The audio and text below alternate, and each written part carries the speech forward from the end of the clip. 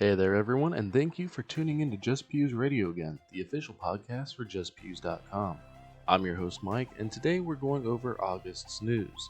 If you're enjoying our content, please consider supporting us for as little as $1 a month on Patreon at patreon.com/JustPews. Also, be sure to follow us everywhere on social media and subscribe to us wherever you're listening to us at. With that said, let's go ahead and get started with the new products that have come out for the month of August. I know I'm probably going to miss a few, so if I missed one that you were very interested in, go ahead and shoot us a message on Facebook and tell us about it. To get things rolling on the newest products, we're going to be starting off with the one that is going to be forgotten about the soonest, which is the Kimber R7 Mako. It is another high-capacity micro 9mm. This pistol looks so much like the Springfield Hellcat. I would be surprised if this was not made on the same assembly line in Croatia as the Hellcat. It looks so similar, and it also has the same exact capacity. Flush fit is 11 rounds, and the extended capacity is going to be 13 rounds. So the R7 is coming to the market with full ambidextrous controls, flat face trigger, and the grip texturing looks like it was stolen from Talon grips. And Kimber being Kimber, they fucked up the rail, and it looks like you will not be able to use a TLR7 sub on it, which kind of sucks, especially considering you already can't do that with the Hellcat. Last I checked, Streamlight didn't even have any plans on making a TLR7 subcompact for the Hellcat. So beyond all that stuff, there's some interesting things going on with the R7 that makes it noteworthy. The first one being the ejection port is an enclosed ejection port, so it's kind of like a shotgun. The bullets cannot jump, or the casings cannot fly out of the top, they can only shoot out of the side. The reason Kimber did that, they say, is because having a optic cut up top jeopardizes the structural integrity of the slide. And they say that they are getting that structural integrity back by having the ejection port the way it is. With the ejection port being like that, they're also going with an internal extractor like we saw in 1911's. They specialize in 1911's, but this is something that I don't think anyone really wanted to see on a modern pistol. On top of that, looking at it, you'd almost think that it would take down like a Glock. It has takedown levers that are very similar to it, but it's not how you're going to be taking this pistol down. What you're going to do is, I believe you pull the trigger, you pull down on the takedown tabs, and then you're going to pull back and lift up on the slide just like it was a fixed barrel design, which is really kind of funky, and I don't think anyone's really going to enjoy that. So the MSRP on this pistol, they're going to be coming with two MSRPs. The first one is for the non-optics model, which has an MSRP of $600, and the second one is an optics ready model, which is going to have the Shield RMSC cut. It'll have a Crimson Trace CTS 1500 optic included, and the MSRP for that is going to be $800. Sorry about that. Now, for those that are curious about the dimensions, it falls in line with the competition. It's 1 inch thick, it's 4.3 inches tall, has a barrel that is just under 3.5 inches in length, and the overall length of the pistol is 6.2 inches, so overall not too bad. The MSRP is not too terrible. I think for the optics ready model, it puts it a little bit higher than the competition. I think ultimately that is going to kill this pistol. Not that Kimber has had any real luck getting into this market. Speaking of guns that look like other guns, Smith & Wesson came out with their M&P12 bull pump shotgun. This thing looks like it is a straight copy of the Kel-Tec KSG. So it's going to have two tubes on it. Each one can feed either 6 or 7 rounds depending on the shells that you put into it. And Smith & Wesson said that you could mix and match ammunition, but they didn't really say whether or not you could put 2 3/4 inch, 3-inch shells and mini shells all in the same tube, or if you had to, put 3-inch shells into one tube and then mini shells in the other tube, or if you could actually mix and match them. So that was kind of confusing. I didn't find any clarity on it, but I mean, it's just like the KSG. The only thing that makes it real different to the KSG, in my opinion, is how you switch between the tubes. So Smith & Wesson decided that they were going to put in front of the grip, or it's like in the middle of the shotgun. If you're looking at the shotgun, it's in the middle. you have a push tab that you can use towards the front of the gun to select the tube that you're going to be firing from. From a manual of arms perspective, I find this to be very problematic because in the video it looks like it's very easy to manipulate. So I could see where you could just bump into something and unintentionally switch the tube that you're trying to feed from, which is a huge problem if it switches to a tube that's empty and you aren't able to reload it. On the bright side with it though, it has an action unlock lever which is right on the front of the trigger guard, so it's very easy to get to. It's also coming with an ambidextrous safety. All in all, the way I look at this gun, well actually there's a couple more things I need to mention. Sorry, Smith & Wesson. So the back pistol grip comes from an actual M&P pistol, or it looks like it does. So much so that you can actually change the back straps on it. The foregrip, you are not going to be able to change the back straps on. And Smith & Wesson threw their fish scales on the front of the shotgun because why not? All around, I think this is going to be a very gimmicky shotgun, especially with its MSRP, which is $1,165. This puts the shotgun right up against the Beretta 1301 Tactical, which has been considered the god tier shotgun on the market. Now, Smith & Wesson has a lot that they have to prove themselves with this shotgun, and I don't think that they can demand that price right now, but either way, that is the MSRP. If you ask me and you're in the market for a shotgun, just avoid this, go and get a Beretta 1301 Tactical and enjoy it. Now, surprisingly, I have to bring up the Springfield Hellcat again, and it's not because there is another model that's coming out. It's because Langdon Tactical is going to be doing work and offering upgrades for the Hellcat.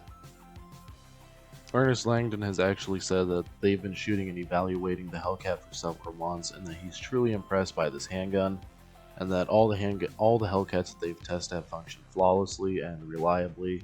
So, I mean, that's cool. It's cool that Langdon is branching out into a different firearm other than Beretta.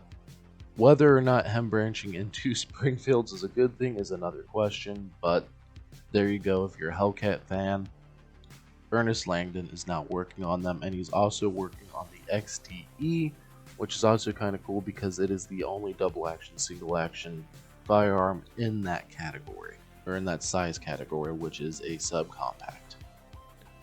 Moving on, Ruger has announced that they are going to be coming out with left-handed models of the 1022 competition rifle, which is really cool for those of you that are left-handed and also shoot left-handed, in which case you are wrong. As a left-handed individual, I still shoot right-handed. Regardless, it's really nice to see that Ruger is finally coming out with a rifle or a 1022 that is meant for left-handed individuals.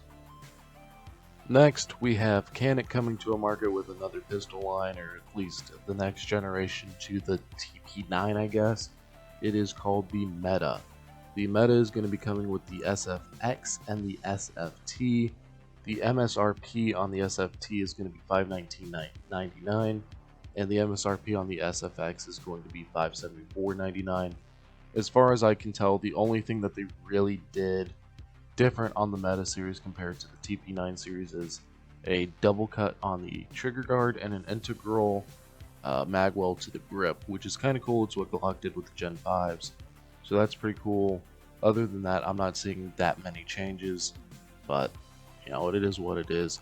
It's kind of cool though. They're going to be sending this gun with a Canik punch and tool kit, which is pretty nice, a cleaning kit, and it's also going to be coming with an 18 and a 20 round magazine.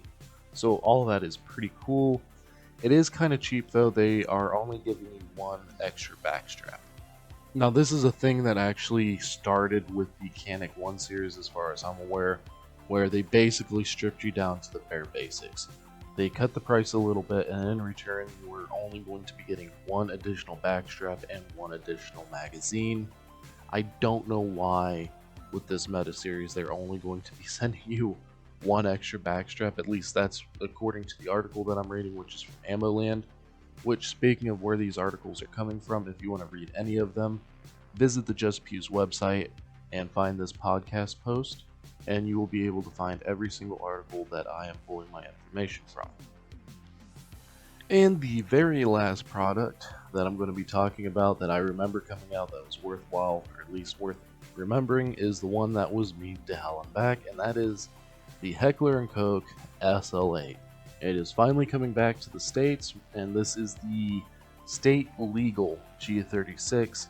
It's chambered in 223 Remington, so it's not a smart idea to shoot 5.56 through it. And if you're wanting to get a real G36 experience, Heckler & Koch has even come out on social media and said, hey, look, we understand you didn't want this one. You wanted an actual G36, but there's not a lot that we could do for you, so go ahead and send it over to Tommybuilt. So at least they're directing people over to the proper people to get the SLA converted to an actual G36, or as much of a G36 as we can have. Now that all the new products have been discussed, or at least the ones that were worth remembering on my end, remember, if I missed any that you were interested in, go ahead and shoot them to me in a message on Facebook at JustPews. And if any come out through September that you want me to mention in the September issue, go ahead and shoot those to me as well. That said, let's go ahead and talk about some interesting industry news that happened to come up during the month of August. To get the industry news started off, let's go ahead and talk about the new pistol that the LAPD is going to be adopting. And no, it is not a Glock, and no, it is surprisingly not the P320, even though the military just adopted it a few years ago. The LAPD is actually going to be adopting the FN 509, but not just any FN 509. It is the FN 509 MRD, which stands for Micro Red Dot dash LE. And if you don't know what LE stands for, I would be surprised, as that stands for law enforcement. So this is not your run-of-the-mill FN 509, and I think some 509 owners are actually going to be a little irritated about this gun. But before we get to that, let's go ahead and talk about why the LAPD is going with the FN 509. The LAPD was looking for a handgun that was fully ambidextrous and was also able to use as many duty-rated optics as possible to improve officer accuracy. Now, while there are a lot of pistols out there with a multi-optic system, FN definitely has the best one on the market. And they also wanted something that was completely reliable. And FN ended up doing some upgrades and improvements to the standard FN 509 to get it to endure a 20,000 round test without any failures, or at least that's what the LAPD claims.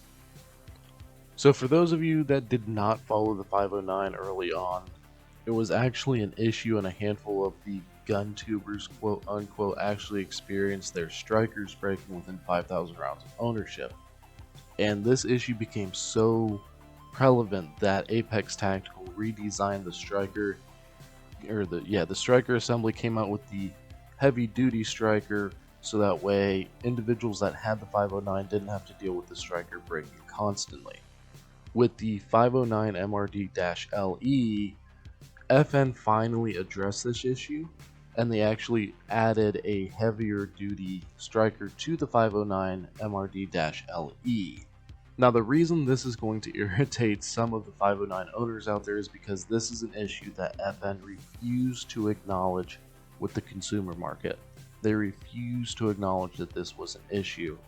And now for the LAPD, specifically the law enforcement model of the 509, so it's not just specifically for the LAPD, FN is addressing this issue. And now they're going to be selling it to the LAPD, and the LAPD, or more specifically California, is a very anti-gun state. So in my opinion, this is a huge slap in the face of every single person that owns an FN 509, and it's a huge slap in the face to gun owners across the nation. I understand you gotta fulfill contracts, but come on, guys. That isn't the only change that they're making, though. They also did another change that everyone was complaining about with the FNS, which was the hinge trigger. Nobody really likes hinge triggers. There's very few people that actually do, and that was a consistent complaint about the FNS. Nobody wanted that hinge trigger, and they told FN when they came out with the 509, like, hey, all of our feedback told you we did not like the hinge trigger. They still put the hinge trigger into the 509, but now with the MRD-LE, it is getting the flat face trigger from the FNS Edge. So there are a handful of things going on here that I can see a lot of F509 owners getting a little bit irritated about. But yeah, so the LAPD is going to be picking up the FN 509 MRD-LE, and FN made those changes to the law enforcement model because civilians aren't important enough. Next, we have StrikePay and Polymer 80 announcing a partnership where StrikePay is going to process the payments for Polymer 80, which is kind of cool, especially because the banks are fighting so hard with firearm companies and gun shops, so much so that they will actually refuse to do business with gun shops. They'll refuse to do business with gun manufacturers, and it's really a big shame that that is happening. But it's great to see that there are some payment methods that are opening up for gun shops, manufacturers, etc. to use, so that way they can continue to provide for their families and continue to operate their businesses. Next on the knocking block is Primary Arms expanding their facilities. I don't really have a whole bunch of information on that, but it does look like Primary Arms is going to be expanding their facilities in Texas. So if you are in the area, be sure to be on the lookout for additional job openings, especially if you're trying to get an industry job. The next small bit of news is going to be coming from Anderson. Anderson is now claiming that they are the #1 firearms manufacturer in the United States, which isn't too surprising considering how cheap their shit is and how fast they push it out to market. And because of how cheap their shit is, everyone's going to buy it, which means they're going to be able to produce more, etc., etc., etc. I assume you know the chain of supply and demand. Moving on from that, Culper Precision took over at least 2 weeks in August because they're Block 19. If you didn't see this thing, it is pretty cool. It is a Glock 19 that is stylized after Lego. It has a Lego red dot, it has a Lego rear sight, a Lego front sight. The stippling on the grip is patterned after Lego, and the milling on the slide is patterned after, you guessed it, Lego. It actually looks like you would be able to put Lego bricks on this thing and shoot it. Very, very cool, but they did discontinue the customization, mostly because I believe they received a cease and desist letter from the Lego Corporation because of how much of an uproar this actually made. It made so much of an uproar that this was actually covered on CNN. And the last bit of industry news is pretty sad. We are going to be seeing an end to Russian ammunition in the next couple of years. The State Department decided on August 20th that they were going to be adding import restrictions to Russia in pursuant to the Chemical and Biological Weapons Control and Warfare Elimination Act of 1991. So they're doing this because the State Department claimed that the Russians, or not that they claimed it, but the Russians poisoned Alexei Navalny, Sergei Skripal, and Sergei's daughter. I apologize if I butchered those names. And they're adding these restrictions because of that. What these restrictions will do is any new Russian ammo manufacturer that is trying to get a permit or submits a new application is going to be immediately denied. However, all existing legal permits are going to be allowed to expire, which I believe Tula Ammo's expires in 2023. Now, these restrictions can only be removed after a year and only by the executive branch, aka Biden. And they can only be done once it's been certified that the Russians have met, quote, several conditions, end quote, outlined in the CBW Act. So, the long story short, this is going to be a means to create firearm regulations by adding restrictions on foreign entities from being able to do business in the United States.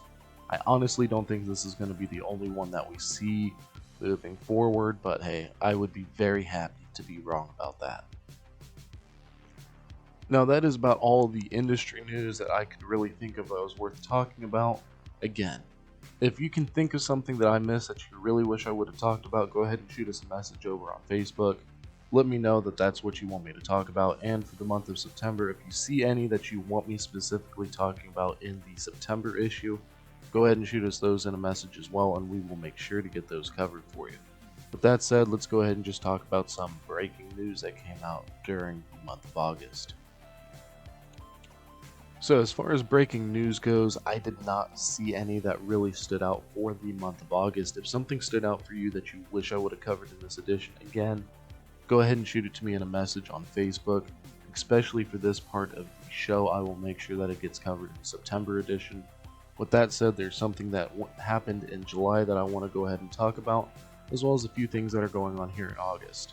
So the one that happened in July was a Fourth Circuit Court ruling. The Fourth Circuit Court of Appeals ruled that the age requirement to purchase a handgun was unconstitutional. The requirement to be 21 years of age and that you could not purchase one at the age of 18 was unconstitutional. Judge Julius Richardson declared in the ruling that our nation's most cherished constitutional rights vest no later than the age of 18, and the Second Amendment's right to keep and bear arms is no different. This ruling was a 2-1 vote that happened on July 13th, and it came after the Hirschfeld and Marshall versus the ATF case. I apologize if I butchered those last names. They are not my specialty. So in this case, there's a woman named Natalia Marshall. She'd wanted to purchase a handgun to protect herself against an abusive ex-boyfriend, as well as to defend herself in the rural areas that she'd worked since she worked with horses. When she went to a gun shop, they ended up turning her down due to her age, since she was only 18. After that, she decided it was time to sue the federal government for infringing upon her rights, which they are. And the law that was preventing her from purchasing the handgun was the Gun Control Act of 1968. In this ruling, the Fourth Circuit Court decided that that Congress was using misleading data to justify passing the act, and stated that Congress may not restrict the rights of an entire group of law-abiding adults because of a minuscule portion of that group committing a disproportionate amount of gun violence. Now, in my humble opinion, this law disenfranchises millions of adult Americans and creates a second-class tier of adulthood. People between the ages of 18 and 20 are expected to act as adults. They're tried in courts as adults, but they are not allowed to purchase a handgun to defend themselves like adults are. At the age of 18, and some of these you can do this even younger, you're deemed responsible enough to sign a contract to give your life to the United States government. You're able to sign and be responsible for loan agreements, including loan agreements with the government. You're able to purchase a home. You're able to use tobacco products in most states. You're able to be drafted by the government to fight in a war. You're responsible enough to do that, and you're responsible enough to purchase a vehicle. But for some reason, at the age of 18, despite being responsible enough to do all of those things, you are not able to do two things for the most part. You are not allowed to purchase a handgun to defend yourself, and you're not able to purchase and consume alcohol. Of course, there are a few states where that is not the case. However, federal law states 21. So just to drive this home, just to drive how it creates a second-class tier of adulthood, let's go into the alcohol for a second. At the age of 18, as an adult, you can be tried as an adult for underage drinking. Just let that sink in there for a second. At the age of 18, you are not allowed to drink adult beverages, but you're considered an adult. That makes absolutely zero sense whatsoever. Now, as awesome as this ruling is, it is not a final ruling.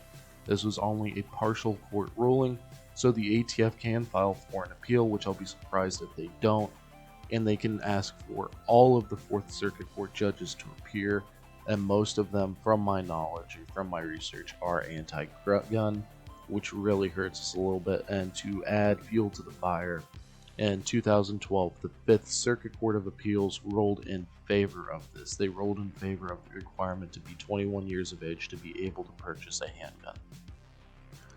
Moving on, the NRA annual meeting in Houston, Texas, I believe it was in Houston, Texas, is not going to be happening anymore due to COVID, which with everything going on, I think that was kind of expected. I don't think anyone was truly thinking that the NRA meeting was going to happen this year. And on top of that, the TGC panel isn't going to be happening either, because a lot of the people that were going to show up aren't showing up anymore because the NRA show isn't happening, and a whole bunch of the sponsors weren't going to be able to appear either. At least that's what John from TGC said in his video. Moving on from that, Chipman is in hot water. For those of you that are not familiar, David Chipman is the new proposed, or not proposed, but he is the nominee to be the director of the ATF. He is Biden's nominee. This guy is a turd. He is a piece of shit. 100%. He is under hot water for a couple of reasons this month, and I'm sure that this list is going to be growing as the days go by. The first thing is his wife was actually a division chief in the ATF's public affairs office, and he failed to disclose that he had a conflict of interest in the ATF, which was none other than her wife, and she was actually fast-tracked to retirement in July.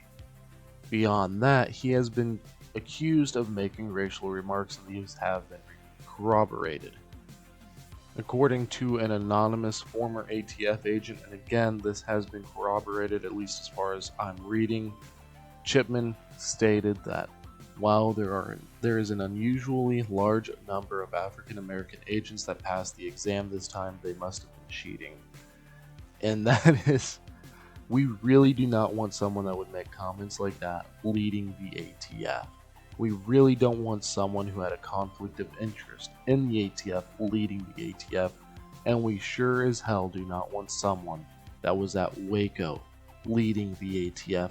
Moreover, we do not want a man that does not know what weapon he was issued while he was an agent.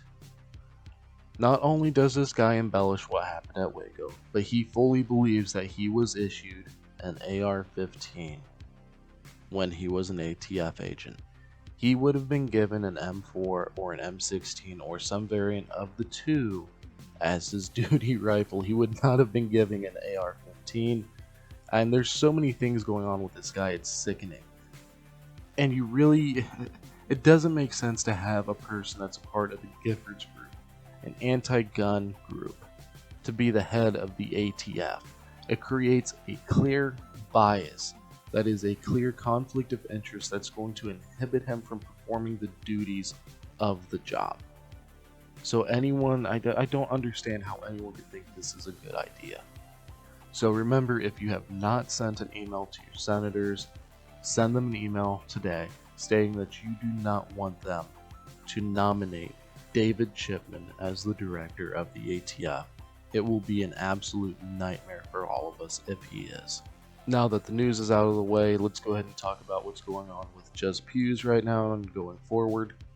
So, just got in some JustPews stickers, and I also got some 0% lower or 0% AR-15 lower receiver stickers in, which is just a block of aluminum that says 0% AR-15 lower.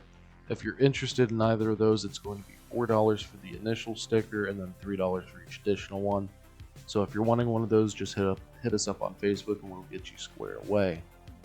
So for the month of September, you're going to be seeing a handful of reviews hitting the website. You're going to be seeing the Blue Alpha Gear low profile ADC belt review hitting the website. I had it on TacCat. I don't know why I didn't import it over to JustPews, but that's going to be coming back. I'm going to be publishing the Ontario Rat 1 and Ontario Rat 2 knife reviews. And I just recently published the Holosun 507C review. The next podcast that is scheduled to be made is going to be what to do after a self-defense encounter. We're going to be having Nick from the 2A Lifestyle, Eric Nelson from Nelson Gunsmithing, and hopefully Cole from Tactical Dalai Lama, also known as the Eagle from I Survived the Kali Yuga. And they are very great people to be discussing that topic with, because Nick is a cop, and Cole is a lawyer, and Eric Nelson is a very intelligent individual and a veteran from the National Guard, if I remember correctly. So that is going to be what we're going to be discussing for next month's episode of JustPews Radio. That is the news. And I am trying to decide how often we're going to be publishing episodes for the podcast. Right now, what it's looking like with my time constraints is we're going to be having an episode at the beginning of the month or within the first 2 weeks of the month, which is just going to be a general discussion about a very specific topic or a broad topic, depending on what we decide. And then at the end of the month, it's going to be the news segment where I'm just going to be here It's going to be me, might bring Nick or Eric on to talk about the news, all the new products, etc., etc. But that is the pattern that we're looking at right now, basically a bi-monthly podcast. If you'd like to hear my beautiful voice more than that, be sure to let us know. Message Eric, message Nick, message the JustPews Facebook page, and just tell us that you want to hear our voices more than once or twice a month, and we will be very happy to oblige. And as I'm recording this, I completely forgot that Mod Light did come out with their pistol-mounted light, and it apparently is having issues already, and there's some drama going on over that. I'm not going to dive into it. But if you're seeing it, you already know. But that was a product that's worth mentioning because it is the brightest pistol-mounted light to date that has hit the market. I myself am personally waiting for Cloud Defense to produce their own pistol-mounted weapon light as well as their own pocket light. They're stationed in my home state, which is really great, and I love supporting companies that are in the state I'm located in. But aside from that, there isn't a whole lot else going on. I might be getting a Beretta 92X Compact, which is going to be sweet to have another Beretta. I really miss having a 92 series. They're phenomenal shooters. But other than that, I can't think of anything that's going on.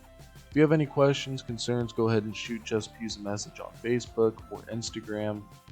Thank you all for listening to this episode of JustPews Radio, the August News Edition.